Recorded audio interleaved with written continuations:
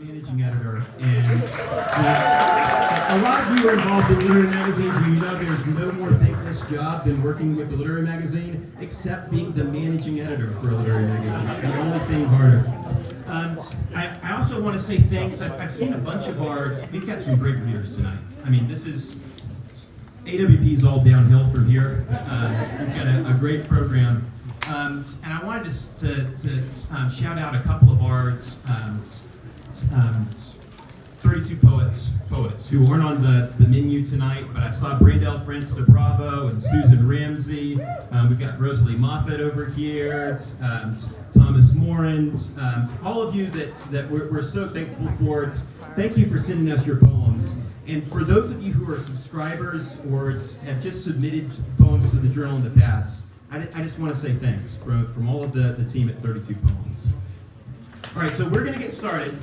A few words about our program. Each poet is going to read for 5 minutes. And poets, after you read, if you would call up the next name on our list, right? So we've got the program up here under the lights. Just shout out the name of the person following you, and we'll try to move things along pretty quickly. We've got 7 readers, and then we'll have an intermission. Feel free to stay in line for drinks as we move, but we'll give the poets our attention. First up, we've got Jess Smith, who is celebrating her debut collection this week. Big cheers to Jess. You can get the book at the after table, right? Yeah. Right, we have to go. Thank you so much. So yeah, I'm Jess Smith, and before I read, I just wanted to thank 32 Poems, and especially David and Elizabeth, for just always being champions of my work, including publishing the title poem from my book, and for just being generally amazing literary citizens, and thank all of you for listening. I'm just going to read 2 poems. And the first one is kind of a tongue twister. So, okay, it's called Best Dressed, and it's from not the most recent 32 Poems, but the one before. Best Dressed. Yes, I obsess over dresses. A red dress, the best dress. It has been said that men prefer red, and I prefer to be preferred. In high school, a last will and testament for our yearbook entries, and one man left, that tight tennis dress Jess wears for practice. Everyone read his preference. A prodigious dress won't accept much mess. When you reach your arms overhead, it offers the hint of lip, a kiss that just misses the mouth. A truly timeless dress mimics the inside of a cheek, its plangent mucus when you press it between your fingertips, as if you could fit your fist down the fabric's esophagus. Princess Kate could not have meant her engagement dress to be reminiscent of Monica's blue admission, but is the question one of intention. Look at men in their unstainable suits, their spineless desire for the dress's ritz and sass. A tense hemline will have them fessing up, legless. We are all thus possessed, Bjork with her strangling swan, J-Lo with a torso to sink the gods, some dresses conjured with nominal reference, Diana, Hallie, Marilyn, Michelle, Jessica, Rabbit. The best dress makes her deathless, sharp seams attest to the shape of a cross, the body furious against them like an exorcism. What wouldn't I crucify to make this list? To have you caress the grave with both knees and confess.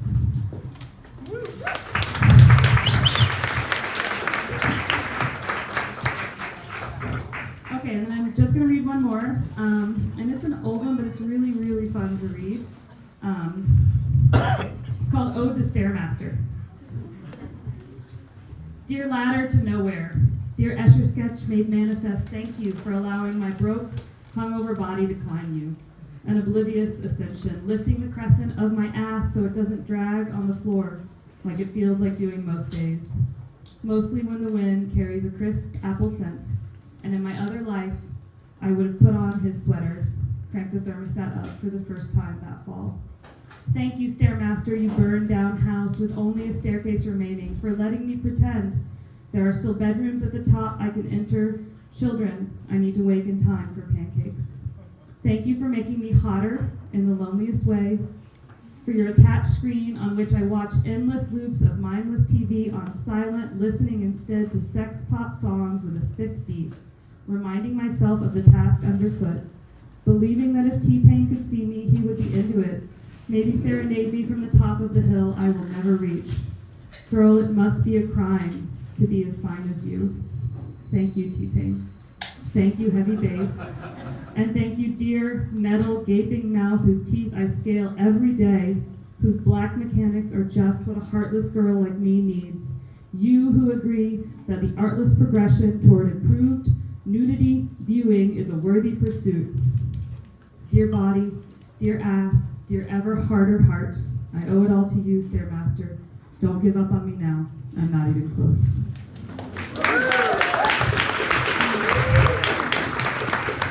And now I would like to welcome to the stage the amazing Natalie Shapero.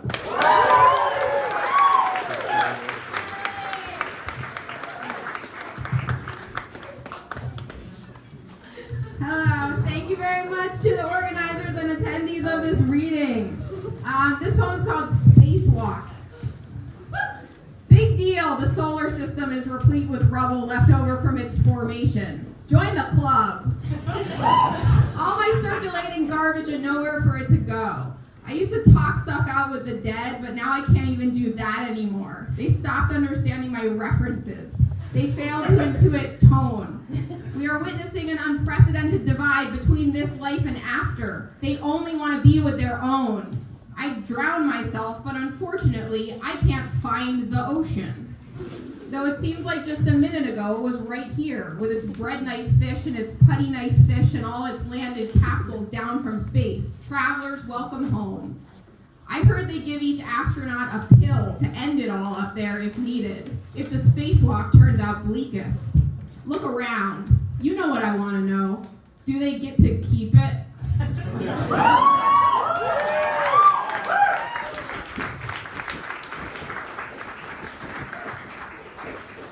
Capacity crowd. I'm sick of waiting for the city to work me out of itself like a splinter. I'm sick of waiting to produce my own subsistence as a way to literally express my being alive. I'm sorry to have died and not really noticed, but I've been so busy loving what you're wearing and pouring my paint right into the dip in the street that drains to the sea. I never saw myself represented in art until that movie where the one guy was fed to the wood chipper. Bye. I was so proud I cried. And one more little poem is called Sorry to Eat. Sorry to eat and run, but I'm just in this enormous rush to die so I can haunt you. I really have to get moving. I'm actually quite behind. My error was assuming I was already dead and so could begin straight away. I take full blame. I kept having this memory of being drawn up and out of myself and into the cosmos, but in fact I was thinking of that time my boss dropped her keys down the grate and we had to call the city to retrieve them with a magnet.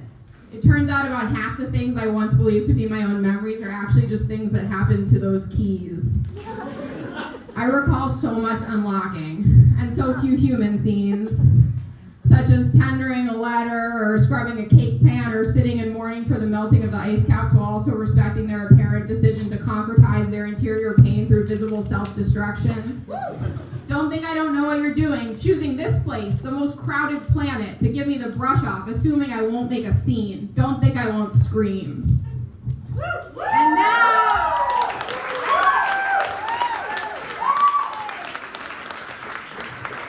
Oh shit, it's Brenda Hillman!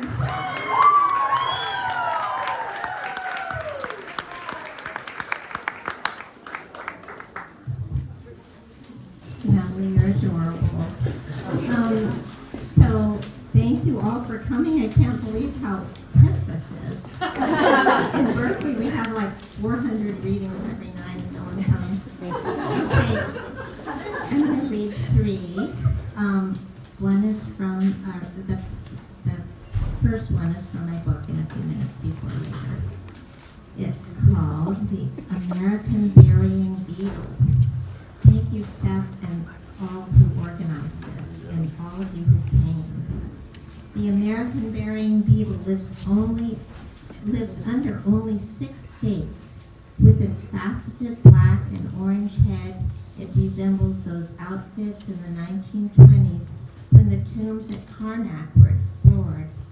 The bug belongs to the family Sylphidae and to the genus Necrophorus And during this awful year when humans are upset, the American burying beetle goes on at the brink of extinction, costing the oil and gas industry millions of dollars while it carries the bodies of dead creatures underground to lay its eggs on the corpses, lurching and arching its femurs and its tarsi and its geometrical bright parts to farm the rotting flesh for its larvae to feast on, and when they are ready to fly off from. What a wonder that so much exists with no guile, that existence itself has no rival and goes on as the thing most steadily hoped for. When I feel desperate about humans, I think of this worker under the 6 states remaking the dead. Creation of the semicolon. Tomorrow's my birthday. I'm reading this for the child, Brenda. Creation of the semicolon. The teacher's voice blurred like a warm sparrow. The child lifted her pencil. The dot paused in the pencil, but emerged when light offered support for the dot. Then the comma, rooted in blankness, met the calm that gathered force. And I'll read one more. This is kind of in the theme of the first one. So this is sort of a shocking bit of information. They cultivate worms that eat styrofoam. This is called To the Worm That Eats Styrofoam. Nephoris morio, a species of darkling beetle. Darkling I listen, wrote Keetje, says the plasticky sounding voice in the app, stopping at the wrong places, whose larvae are the size of paper clips, can survive entirely on polystyrene, a word that sounds like a classical goddess that has oceanic rule against grayness. Researchers are studying how the worm can eat, says the AirPod voice, material that takes 500 years to break down in the landfill, often covered with foodstuff like the sauce they put on McNuggets. The chickens having been raised in stockyards where they cannot move, the research has tried on 3 groups of worms. Some worms ate bran, some worms ate styrofoam, and a 3rd group was forced to starve. You cannot really escape plastics, says another voice, untethered from the light foamy soul that floats inside the body and gets lost. Darkling I listen, and for many a time, Keats' sound stays with us recycled. Once we hear Darkling Beetle. I have been half in love with Peaceful Death. He invented a new kind of beauty. 66% of the worms that ate styrofoam survived, or darklings, yet despite the findings, it is difficult to know, yada, yada, yada, how this would be implemented on large scale, yada, yada. Some researchers propose worm kits for individual families. Poor worms, their tiny guts pushing the plastic through. Is their shit white or what? Should a poem in their honor be made of nothing but worm-like tildes? Should humans be divided into 3 groups, one group dragging out shadows, and one group fed on a diet of shadows with sauce, and one with darkling shadows removed? Try not to worry too much, wrote our friend Paul, about another matter. All we can do for the world is never enough, but it is all we can do.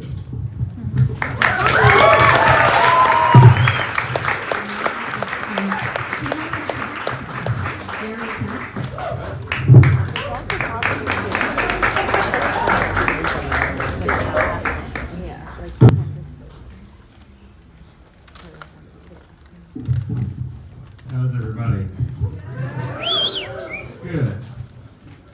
You hear me all right in the back? Yeah? Turn it up a little bit. Louder, Gary.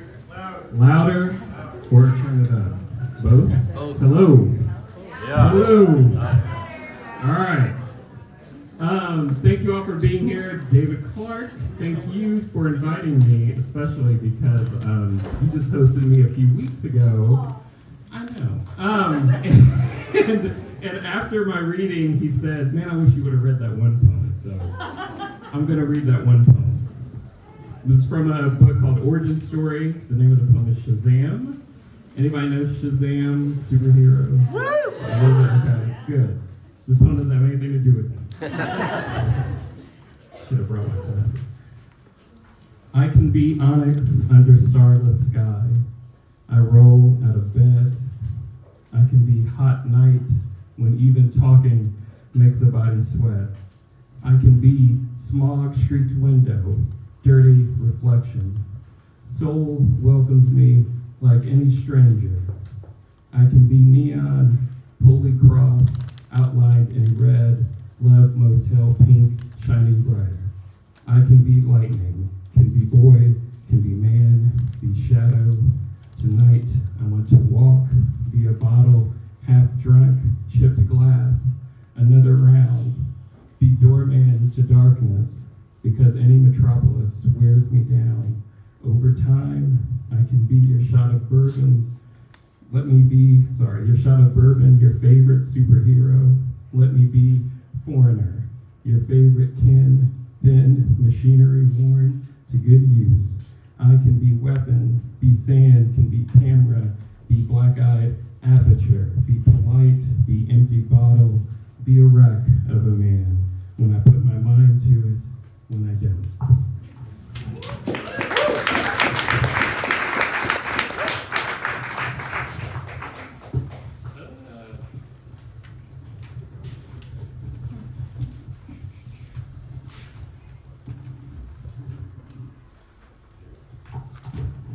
I'm not going to read all those fucking poems, but decided at the last minute which one I'd read. So this is from a new book that's actually coming out in the fall called Small Lives. Thanks. That deals with a speculative world is maybe the shortest description. The title has a redaction, and so I'll say the title is History Month. The young boy on stage sings Amazing Grace, and each note turns into your oldest olfactory memory. Everyone is crying and applauding. The judge's table asks him the first question. Standing near the back of the crowd, your man calls him a glorified scratch and sniff. He'll never make the cut. You punch him hard in the shoulder. Anytime one of you is on stage, it should be an occasion for joy. But he's not wrong. You both know it's all for show. None of these contestants will advance. They've already decided who will win. They told you that morning. Still, the night sky is breezy and cool, full of stars you can just make out this far from the stage. Your friend shows up with overpriced beers and asks what you missed. Nothing, your man says. But she can't hear him over the booze and groans. A young man turns water into Hennessy and takes a drink. You hold out your cigarette for your friend to take and close your eyes, close the stars. The judges adjust the blank papers on their desk. She looks promising, your friend says. You drink and watch the girl on stage bend down and lightly touch the cat's head, transforming him into a dying fish. Then a lumbering bear, then a hawk that takes flight and is off before anyone can applaud, before anyone realizes it's not coming back.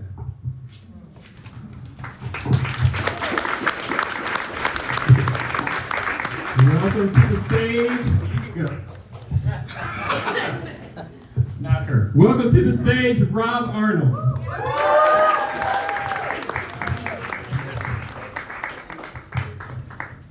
Too many things in my hand. Hey everybody, thank you so much for coming here. Hey everybody, thank you so much for coming here. And thank you, Keetje, and all the editors who put this together. This is amazing, and also you are all amazing. You're beautiful people. Give yourselves a round of applause. Thank you. I'm going to read 2 poems. These are both poems that they engage with, genocide. The title of this poem is called Danyu, and tomorrow it means wound. Danyu. I burn myself in a shape that I know, not a shape that the body owns, not my body, which is a shape I no longer know. not my shape taking up space in the world more and more each year. More and more the body unrecognized, unknowable. And here on my left hand, this burn in the soft meat between the thumb and palm. Skin blistered, peeling in white lines along the blunt topography of the hand. Skin, which is a mapping of pain over time, a mapping of sensation and touch, ruptured at the edges, deeply red, almost brown. Brown like a red robbed of light, a red of the inner body, the hidden body. The body we hide from ourselves, glistening and alive with secret motion, alive with secrets that surface when the hand glances the heating element and then sticks for a moment as the skin sears into the shape of a corporate logo. A shape I know too well, that I carry in my body as certain as I might carry an ambition or a dream made corporeal, a patterning of line and color, crusted with platelets of flesh made brand, flesh branded, consumable, trademarked. How many marks might lurk in the blood's memory? How many ways is a body owned? Mine was stolen by my sister's father, whose whiteness beat us to the edge of death, beat us until the white social workers came, until the white foster parents came, to erase ancestry, to erase memory and selfhood. And what is whiteness but erasure, another ownership? What is whiteness but a passage, a passing, an ignorance passed onto me, ignorance fueled by my own imperialism, self-empowerment, my blood which has forgotten its ancestral name, which contains no language, secretes no divinity, spelled out in flesh, no wisdom carved on the meat of my being, only this symbol burned into me, which will darken in places, then fade over time, just another wound, as healed as history.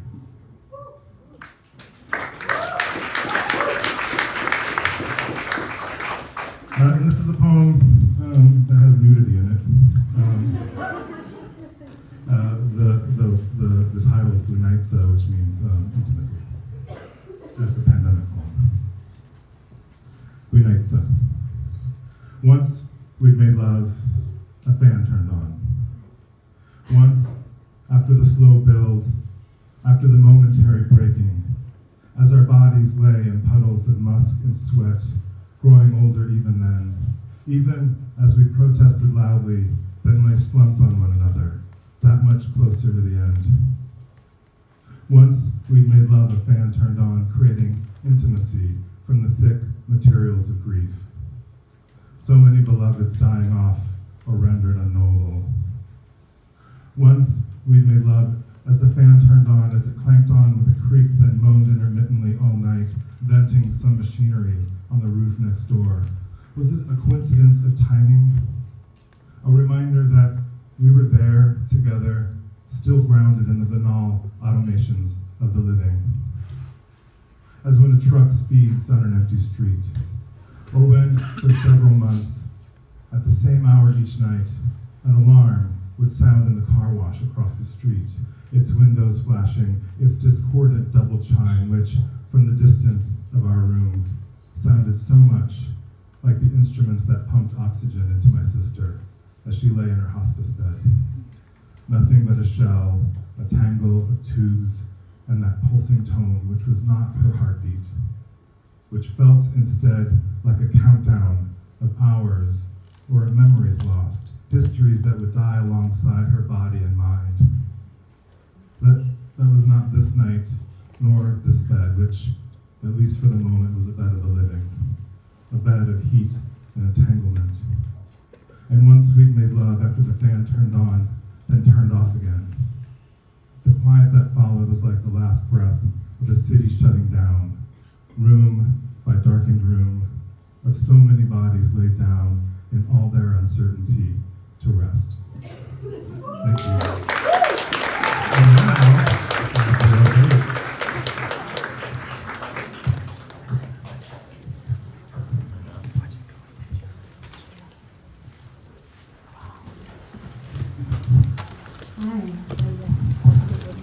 many of my favorite poets and people in this room tonight. This is the opening poem of my book, Judas Goat. Right up here. The dog. He didn't want to tell me. He almost didn't. It was luck, much more than gut, that made me ask. A beer opened an hour earlier than usual, the desire for conversation. There was no sense in me that he was in some sort of aftermath. He said, when I asked, I had a bad day, or I had a weird day. I can't remember. I saw a dog, he said.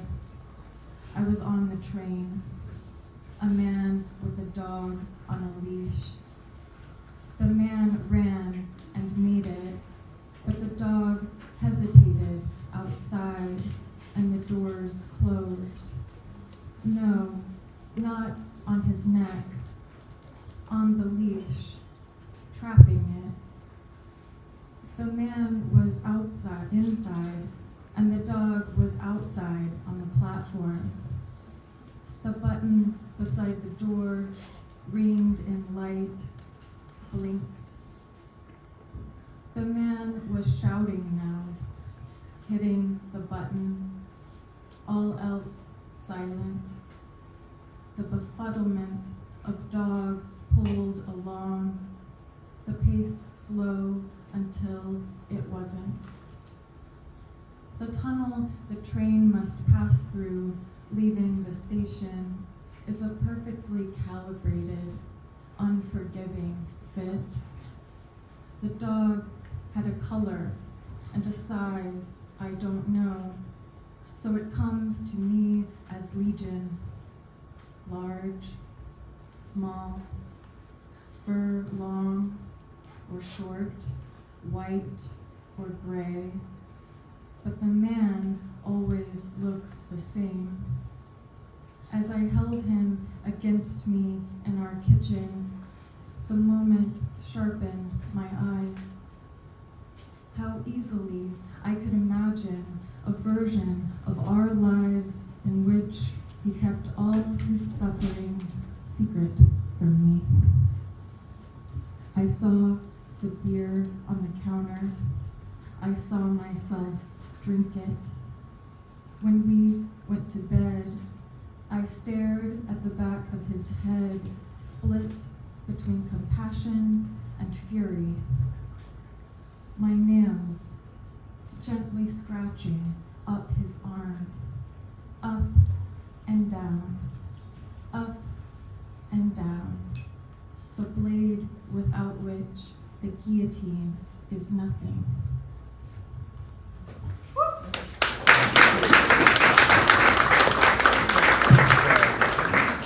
Sometimes it's fun to read a really short, new, unpublished poem, so I'm going to end with a really short, new, unpublished poem. Fatigue to which all flesh is air. I attended river baptisms in the Cahaba, church baptisms in Columbiana Prop. I would have done a grand dunk myself, I think, had I trusted a single man to touch me. Only my first love I trusted, and then only because he found my body repulsive. It felt cruel, forcing him even to witness my arms. For a long time, it comforted me to know distance can be a kind of religion. I remain open and lonely to the invisible. A catfish tasting pond with the length of its skin through every cell. My diaphragm expands, but the pushed air halts at the threshold. My cords don't budge. Only the air elsewhere can touch them.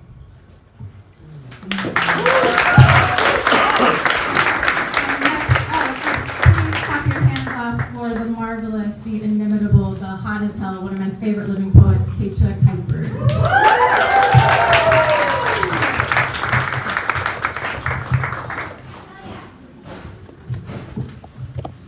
Lonely women make good lovers, sings the man on the country station. But that's not how I remember loneliness. Mostly too drunk to feel anyone's pleasure. And the next morning, that pitiful kinship of distance. Except for the night he couldn't finish it, not in the meadow, not in his truck, until finally we stumbled through the blue light of his shared living room, because at the least he needed some place to put my hunger to bed.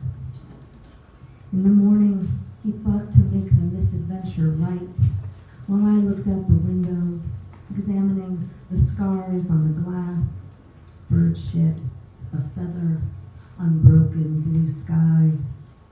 The same way I look down at my hands now. Everything's so plain, even my pain, which I thought anyone could see.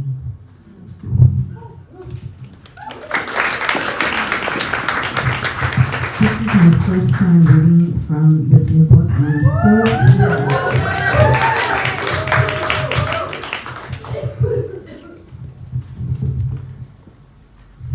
The Magician at the Woodpile. The blue tarp is covered in little pools of water that shimmer like sequins everywhere a wrinkle has gathered. I pull it off with a flourish and start digging through the kindling and logs until I find the dicks. All of them, hidden in the back of the pile. The dicks I took in my mouth. The dicks that didn't ask permission. The dicks I loved and the dicks I never really knew. I remember holding them in my hands, how soft the skin, how various the shapes, and cooing to each one, "You're the most beautiful dick I've ever seen," as if wonder were the only register my voice could work in. Now, I stack the wood the way the dicks must have learned at camp, with the kindling at the bottom and the big logs on top. I add the dicks last, like a little pink crown of thorns. Then I light the whole thing on fire. I expect to see spiders come running out, rats even. I expect to hear screams, but there's nothing. Just a fire making me warm, even as the sun goes down at my back. Everything but my face suddenly in darkness, like I'm performing a magic trick, like the magic trick is me.